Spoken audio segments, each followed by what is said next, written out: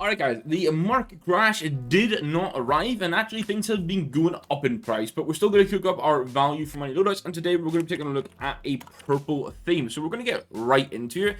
We're going to be using some Imperial plays. Infield tested. Now this is a 0.22 float that I found on CS2 at the day of recording. $375 for these. They are going to get somewhere in the knuckle, but overall they're pretty solid. And we're going to pair it with a Nomad Phase 1 Doppler, which factored you $550. Of course, you could maybe try to go for a cheaper Doppler if you wish, but I feel like for the type of knife, the animations, and in particular just how the blade finish and the colors play in nicely to the gloves, I think this is just the right choice to go for. And as we dive into the weapon skins, I'm throwing it back to the OG purple USP. The Black Lotus is $3.40 in minimal wear. It's just a very nice artwork skin, obviously very desired by people since the M4S came out, when I see it on merchandise, which is super sick. So I think this, for the money you're paying, is really solid. On the Glock, we have to go for the Shinobu. Like, all the colors on it with these gloves line up perfectly. I am going to grab it and field test it for $6.20, because I feel like that's where you do get the best value for money. Of course, if you've got the extra cash to spend, you could grab it in minimal wear if you want, or battle scarred if you want the color change. But just overall, in general, if you're going for the best value, like for per dollar spent, I think field test is where it's at. Now, two of my picks here are actually a bit more expensive than you might think whenever I'm doing a value for money loadout, but you have to remember it's not always necessarily cheap. It is literally getting the best value possible. And that's with the Desert Eagle Starcade. In field test for me, I think offers something pretty decent. It was $62. I managed to find it on the market. Again, I checked all of these on float, so they were on the market, they were available. And I know it gets a little bit of wear. I would prefer to be able to get it in minimal wear, but when your only other option really is an Ocean Drive or a Kamicho Dragon, which you don't see that much of the purple when you're actually using it, I think this is pretty solid. Plus, it's a new model, it's got that glitter effect, it's just quite a nice skin. Then, the AK, one of the big ones, we are going to have the AK Neon Rider. This is an $80 skin in minimal wear, and it's one of the most popular in the game, honestly, for any purple loadouts or people using overprint gloves. They often come to this. I do have a kind of big caveat here. Normally, I would suggest a Nightwish, because I actually think it looks pretty good with the gloves. However, its pricing recently has just sort of shot up a little bit. It's not been as stable.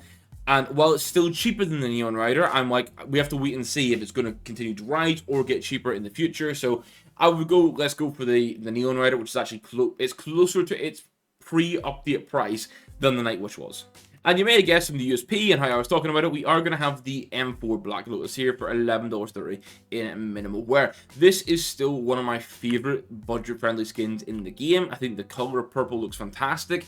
Obviously, if you're into the floral artwork, it's a big win. The accent colors on it are just really nice too. Like, all around, like sub $20, like by quite a margin. This is just so good.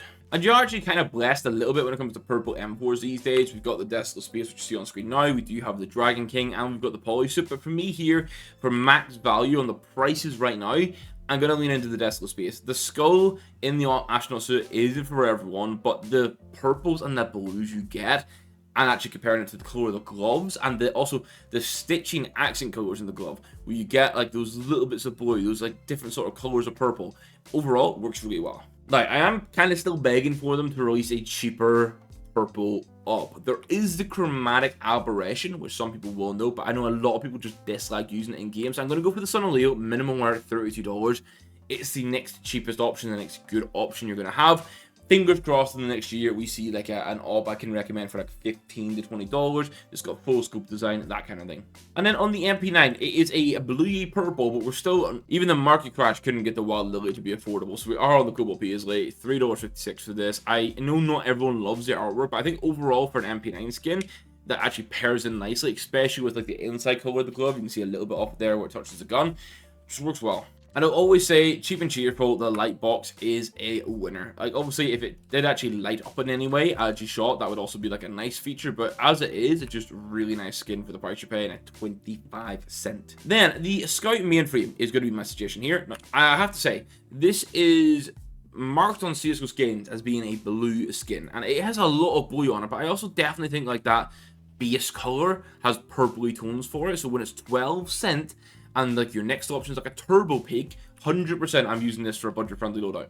As I mentioned, chromatic aberration is an option on the op. I've gone for it in the Gale here, which is now $7.50 in minimal wear, so it's got a little bit more expensive, but it is heavily pink with a bit of purple. That's also another reason why I went for the Sun and Leo on the op, because I know a lot of people will come in and say, actually, it's a pink op.